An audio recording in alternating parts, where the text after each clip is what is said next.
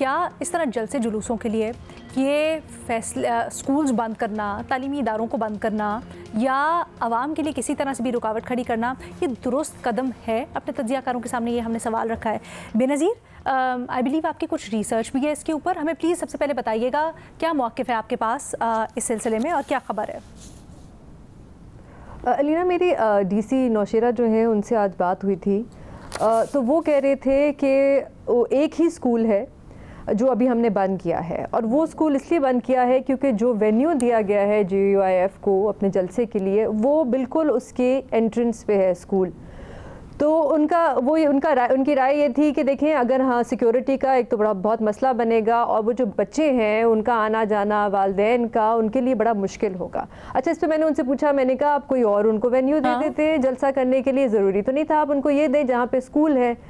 तो उन्होंने कहा कि देखिए 3 ही वेन्यूज़ हैं उस तहसील में जो हम दे सकते थे, और ये एक ऐसा था क्योंकि JUIF के लिए अब हमें बहुत ज़्यादा सिक्योरिटी का इंतज़ाम करना पड़ता है, क्योंकि जाहिर सी बात है उन पे 2 हमले हो चुके हैं। सबसे आखिर में अभी ये बाजोड़ में हुआ था अगस्त में, तो उसके बाद बहुत ज़्यादा हमें सिक्योरिटी का इंतज़ाम करना पड़ता है। तो ये एक ऐसा वेन्यू था जहाँ पे हम एग्ज़िट और एंट्री जो है वो कंट्रोल कर सकते हैं, हमारे लिए ज़्यादा आसान है।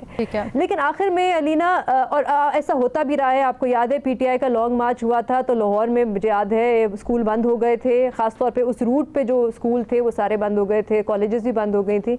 लेकिन क्या ऐसा होना चाहिए? मेरी राय में तो बिल्कुल भी ऐसा नहीं होना चाहिए, एक भी स्कूल बंद नहीं होना चाहिए। बेहतर होता अगर इंतज़ामिया जो है वो ये फैसला करती कि ये आप जलसा करें, ज़रूर करें, लेकिन आप इतवार के दिन कर लें ताकि स्कूल हमें बंद ना करना पड़े। अच्छा मज़हर साहब, बड़ी ट्रिकी सिचुएशन है। एक तरफ तो सिक्योरिटी कंसर्न्स है और बिल्कुल जायज़ सिक्योरिटी होनी चाहिए, लेकिन दूसरी तरफ अब जलसों जुलूसों का ही मौसम है क्योंकि इलेक्शंस आने वाले हैं, ये तो हर दूसरे दिन की एक्टिविटी होगी। अच्छा, सिक्योरिटी कंसर्न है तो जलसा क्यों नहीं पोस्टपोन किया? थ्रेट्स तो जलसे को होगी ना, तो जलसा पोस्टपोन होना चाहिए ना। आप स्कूल बंद कर दें, आप प्लेग्राउंड में जलसे, यहाँ तो कोई पार्क में जलसे हो रहे हैं, कोई हमारे यहाँ ना सिविक सेंस है, ना बेसिक ये चीज़ है, ना वो पॉलिटिकल पार्टी जो जलसा कर रही है वो खुद ये सोचती है ना कि भाई आप एक कितने प्लेग्राउंड हमारे यहाँ जलसे की नज़र हो गए, कितने पार्क हमारे यहाँ जलसे की नज़र हो गए। कोई परवाह ही नहीं होती कि जी उसके बाद उस पार्क पे लाखों रुपए दोबारा लगते हैं उस पार्क को दोबारा मेंटेन करने के लिए। स्पेसिफिक जगहें होनी चाहिए, स्पेसिफिक सिक्योरिटी के अरेंजमेंट्स होने चाहिए अगर जलसे, लेकिन not at the cost of education. इससे हमारे लोगों की प्रायोरिटीज़ का पता चलता है कि एजुकेशन ज़्यादा इम्पॉर्टेंट है कि एक पॉलिटिकल पार्टी का जलसा ज़्यादा इम्पॉर्टेंट है। तो इसके बाद अगर फ़र्ज़ करें कल ANP जलसा यहाँ करने की कोशिश करेगी तो फिर स्कूल बंद होगा। परसों मुस्लिम लीग, जलसों का मौसम है ना, अब तो जलसों का मौसम है तो जलसों के मौसम की जगह का तयन करें ना। उस जगह में क्या आप सारे स्कूल्स बंद कर देंगे, सारे कॉलेज बंद कर देंगे? अब स्मोक का ले लें, आप फ़र्ज़ करें स्मोक का ले लें, आप उसकी बेसिक चीज़ों को नहीं दूर करने की कोशिश कर रहे हैं। क्यों स्मोक है? आप मुझे बताएं कितनी गाड़ियों के, कितनी बसों के, मिनी बसों के में नॉन मेंटेनेंस पर लाइसेंस कैंसिल हुए हैं, सही है, रजिस्ट्रेशन कैंसिल हुई है। बसों को बंद कर दें ना, जो बसें धुआं छोड़ती हैं। लेकिन फिर पब्लिक ट्रांसपोर्ट है ना, बसेस भाई, तो उनको कहे ना कि वो नए इंजन लगवाएं। हाँ, नहीं वो करें, बजाय इसके कि आप मार्केट बंद करवा दें। ये जो हमारे यहाँ रवैये हैं कि हमारे यहाँ जो प्रायोरिटीज सेट होती है कि आप इलेक्शन का ले लें, 8 फरवरी को इलेक्शन होगा, वर्किंग डे होगा, उस दिन आप छुट्टी करेंगे, कितने अरबों रुपए का नुकसान होगा?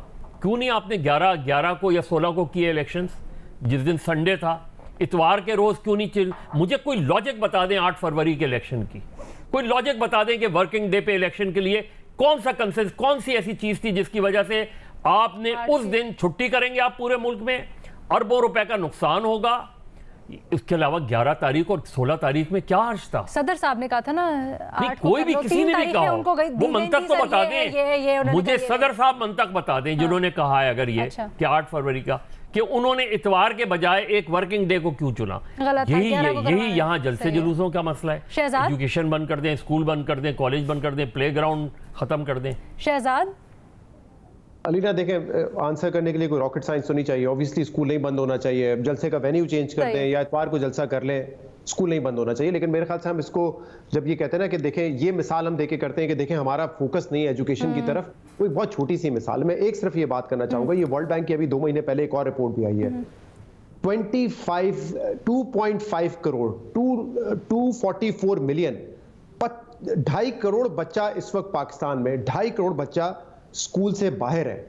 We are the second largest population in the world where children are outside the school, second highest पर है। मतलब इसमें क्या कोई रॉकेट साइंस है कि हमारे मुल्क में तालीम पे तवज्जो नहीं दी जाती? मतलब जहां आप कह रहे हैं कि टोटल तादाद 5-6 करोड़ होगी बच्चों की, शायद से भी कम हो टोटल जो स्कूल गोइंग है, उनमें से आधे बच्चे बाहर हैं, वो स्कूल ही नहीं जाते।